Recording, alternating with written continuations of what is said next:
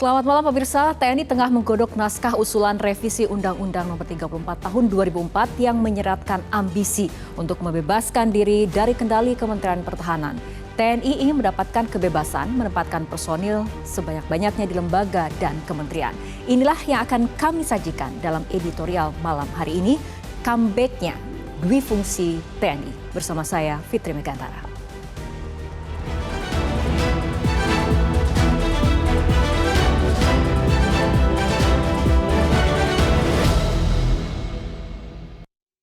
Comeback-nya Dwi Fungsi TNI.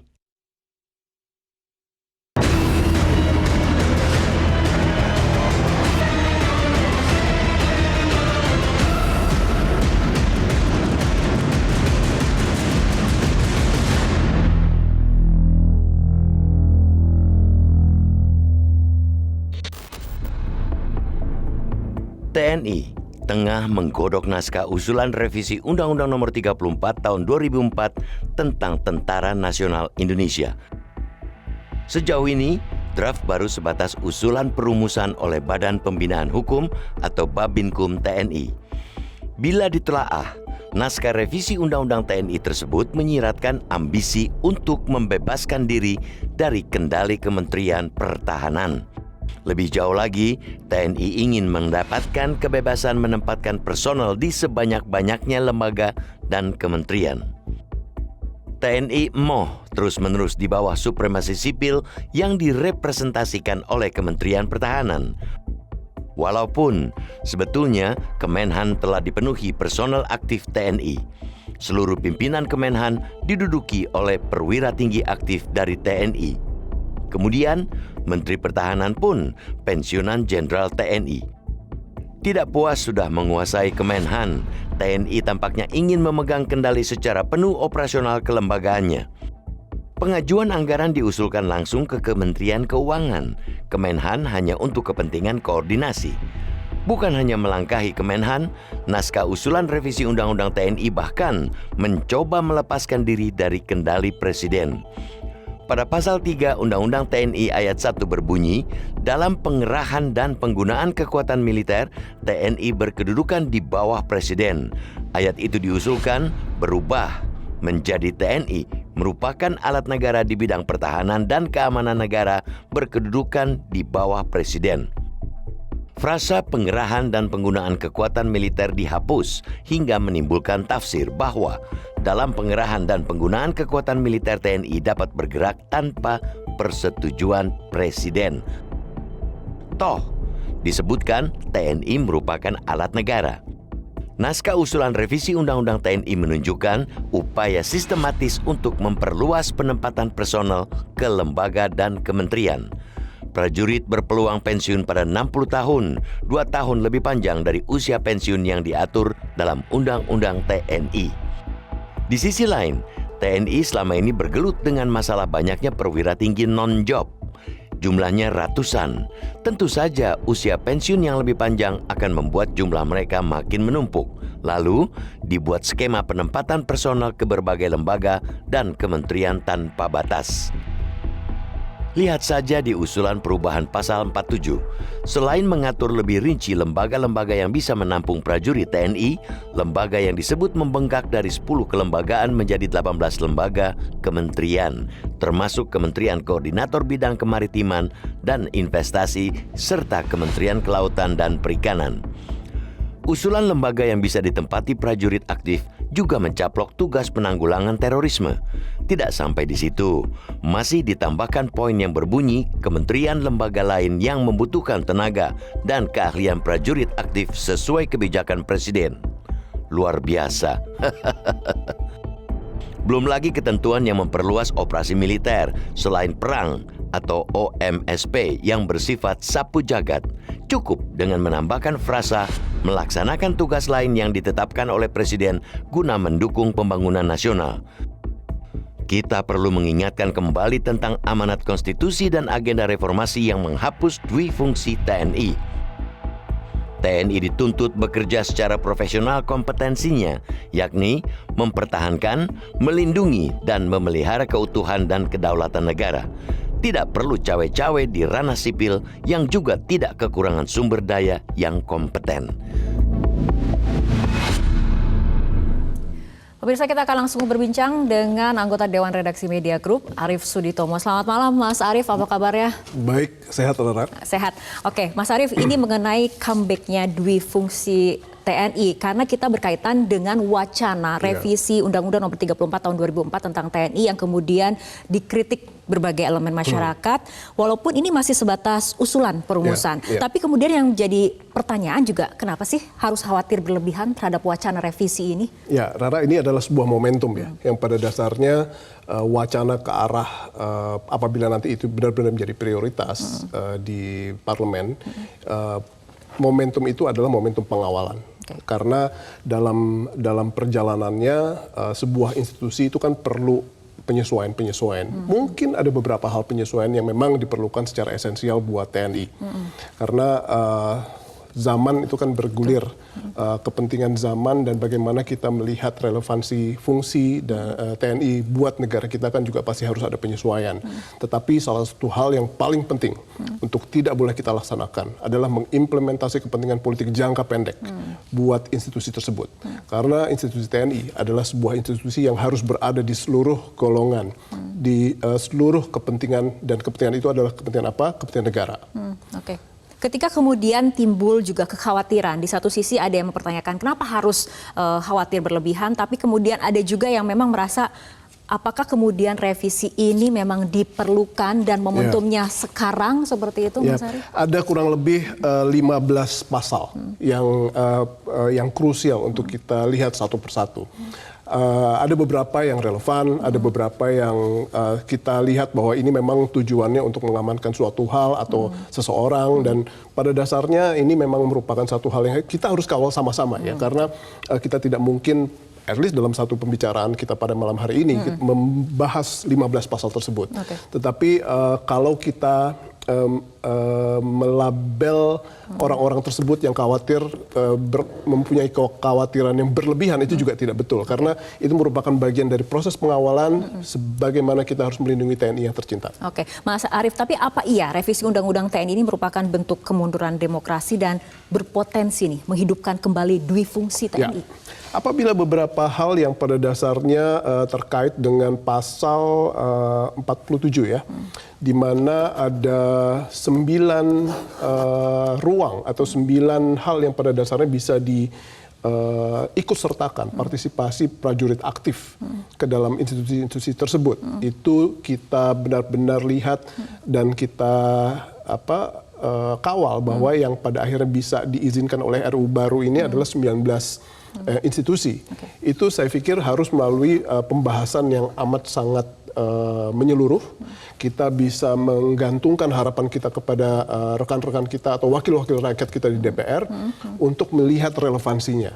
Jadi saya bukan orang yang akan menuduh sekarang bahwa dwi fungsi itu akan terjadi dengan RUU ini, tetapi kawalan yang kita harus lakukan dan itu kita sandarkan kepada wakil rakyat kita untuk secara menyeluruh satu persatu dilihat potensi apakah dwi fungsi ABRI atau dwi fungsi TNI bisa menjurus ke arah sana dan bisa terjadi. Nah, mengenai kekhawatiran dwi fungsi TNI, kita akan melihat quotation dari Kapus Pen TNI mengenai hal ini.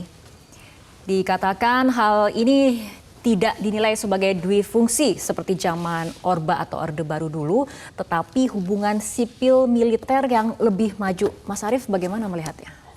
Saya yakin, Rara, bahwa di tubuh TNI banyak sekali talenta-talenta orang-orang cerdas yang memiliki dedikasi dan bagaimana mereka juga nanti akan punya kontribusi yang baik buat negara. Kita tidak bisa tutup itu dan apabila memang negara membutuhkan silahkan. Tetapi yang paling penting adalah jangan sampai kita mengulang apa yang terjadi sebelum reformasi. Karena harus diingat amanat reformasi kita adalah mengembalikan, merestorasi supremasi sipil, ya. Dan kita sudah melalui perjalanan yang sangat panjang. Kita sudah mengeluarkan tenaga, pikiran, biaya dan juga nyawa untuk reformasi ini. Kita jangan sampai setback hanya untuk itu tadi, kepentingan-kepentingan yang sifatnya politis yang hanya memberikan keuntungan pada segelintir orang saja. Oke. Nah ini yang harus dikawal agar tidak ada selipan-selipan untuk kepentingan golongan tertentu ataupun kepentingan politik tertentu. Nah di segmen berikutnya kita akan lebih membahas mendalam mengenai pasal-pasal yang diwacanakan akan direvisi dalam Undang-Undang TNI ini, Mas Arief. Tapi kita ikuti jeda berikut terlebih dahulu.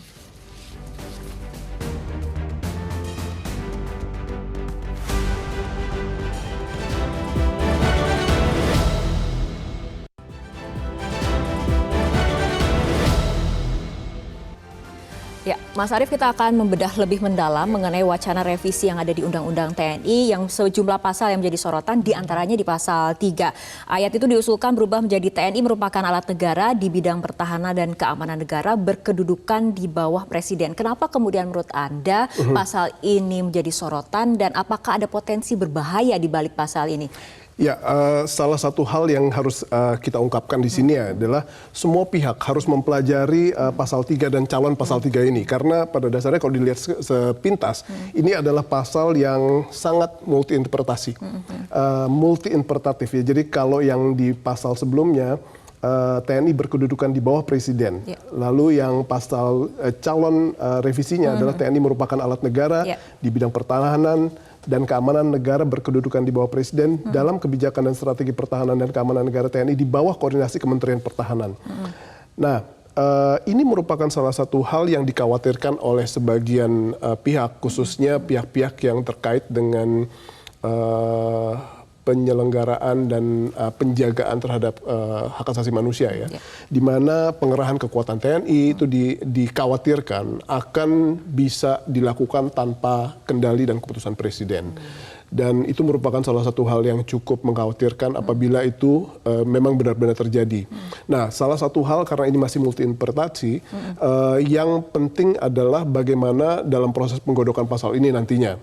Apabila di setiap undang-undang kan biasanya ada penjelasan atau ada PP yang berkaitan dengan hal tersebut, itu yang kita harus lakukan. Karena kalau kita lihat dua-duanya, baik yang lama maupun yang baru, itu mengandung frasa berkedudukan di bawah Presiden. Jadi itu yang pada akhirnya kita harus cermati. Oke, karena memang frase pengerahan dan penggunaan kekuatan militer ini di undang-undang sebelumnya dan kemudian di calon undang-undang revisi undang-undang memang dihapus seperti itu ya, Mas. Ini yang kemudian menjadi multitafsir dan orang mempertanyakan ini kewenangan Presiden akan seperti apa gitu. Ya, betul. Jadi salah satu hal yang memang kita harus kawal, ini undang-undang atau rancangan undang-undang ini judulnya sebenarnya pengawalan ya, karena salah satu hal yang tidak akan bisa luput adalah proses saat nanti di parlemen, di DPR.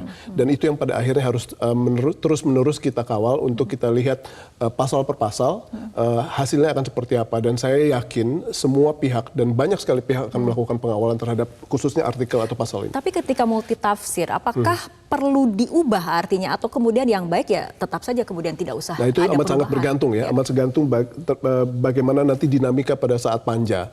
Karena di panja tersebut nanti akan ada beberapa fraksi terutama yang nanti akan bersuara atas hal ini. Jadi dari sisi kita publik yang paling penting adalah menyuarakannya. Dan menyuarakan publik bisa lewat media atau lewat sosial media yang pada dasarnya mengandung kekhawatiran atau concern publik terhadap pasal ini. Oke, kita bergerak ke pasal berikutnya yang juga menjadi sorotan, Mas Arief, ada pasal 47. Kita lihat terlebih dahulu quotation berikut ini ataupun mungkin isi dari pasal 47. Oke, ini adalah mengenai landasan adanya perubahan sendiri, yaitu usulan revisi ini berlandaskan pada kenyataan bahwa saat ini banyak prajurit aktif yang memiliki wawasan tentang kepentingan nasional serta keahlian. Ini berkaitan karena ada perluasan ataupun usulan perluasan mengenai prajurit aktif TNI bisa duduk lebih banyak di kementerian dan juga lembaga. Tapi ketika kemudian Kapuspen memberikan point of view ataupun sudut pandang seperti ini, artinya memberikan kontribusi yang lebih baik untuk kementerian dan lembaga, apakah kemudian ini harus ada resistensi atau kemudian harus didukung? Ya, itu... Atau ini daerah menjadi abu-abu dan kemudian karet juga nantinya dikhawatirkan? Salah satu hal yang kita harus cermati, Rara, adalah pasal 47 yang sekarang yang masih existing adalah itu mengandung 9 poin ya. Ada yang general, ada yang spesifik ya. Misalnya di ayat 2 pasal 47 itu disebutkan bahwa prajurit aktif dapat menduduki jabatan pada kantor yang membidangi koordinator bidang politik dan keamanan negara. Itu kan general ya. Jadi kalau misalnya diterjemahkan oleh pasal yang baru, misalnya Kementerian Koordinator Bidang Politik, Hukum, dan Keamanan, Kementerian Koordinator Bidang Kemaritiman dan Investasi, Kementerian Pertahanan, itu merupakan salah satu elaborasi dari apa yang sebenarnya sudah ada di pasal lama. Sehingga salah satu hal yang pada akhirnya kita ingin sandarkan seberapa jauh pasal ini akan menggantikan atau merupakan jelmaan dari kepentingan duifungsi duifungsi TNI. Saya kembali lagi ingin menyandarkan ini pada rekan-rekan atau wakil-wakil kita di DPR untuk menjaga, karena banyak sekali badan-badan yang pada dasarnya pemilihan baik ketua atau wakil ketua itu melalui fit and proper test yang ada di DPR.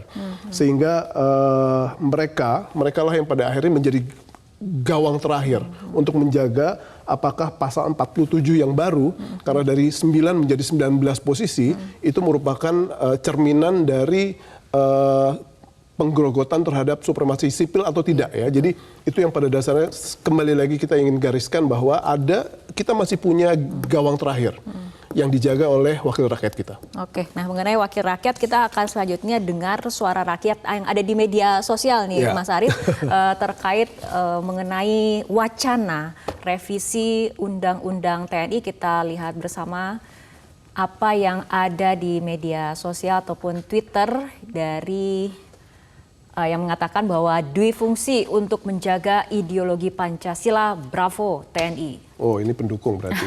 Iya. Kita lihat lagi dari Almira Rose, kalau memang disetujui presiden ya apa boleh buat, tapi bukannya malah bikin Indonesia balik lagi ke zaman otoriter. Dan ini memang menjadi pro dan kontra ya Mas Arief, apakah kemudian dibutuhkan revisi ini, apakah kemudian ada ancaman duifungsi TNI kembali seperti itu. Kita lihat juga dari @sihar.panjaitan.1, yang penting semua untuk menjaga keamanan NKRI bukan untuk kepentingan pribadi. Nah ini juga kita sudah sempat bahas tadi di awal ya, bahwa ini memang harus dikawal seperti itu agar tidak ada selipan untuk kepentingan ataupun golongan tertentu yang karena terlalu mahal ya. Kita udah pernah menjalani sebuah periode, sebuah era di mana TNI dan kekuasaan itu jalan hand in hand. Harusnya TNI itu hand in hand atau berdampingan dengan demokrasi, dengan proses demokratisasi yang terus berjalan sesuai ruang dan waktu. Jadi apabila kita mulai memasukkan kepentingan-kepentingan politik jangka pendek, Rara, kepentingan politik itu usianya cuma 5 tahun. Bisa 5 tahun lagi, tapi belum tentu itu akan terus sama. Jadi salah satu hal yang pada akhirnya harus kita kawal adalah bebaskan kepentingan politik dari revisi undang-undang ini. Oke, dengan melihat kondisi saat ini, perkembangan zaman juga, artinya urgent atau tidak, perlu atau tidak adanya revisi undang-undang TNI. Mas Arief, tahan dulu, kita harus ikuti jeda berikut terlebih dahulu.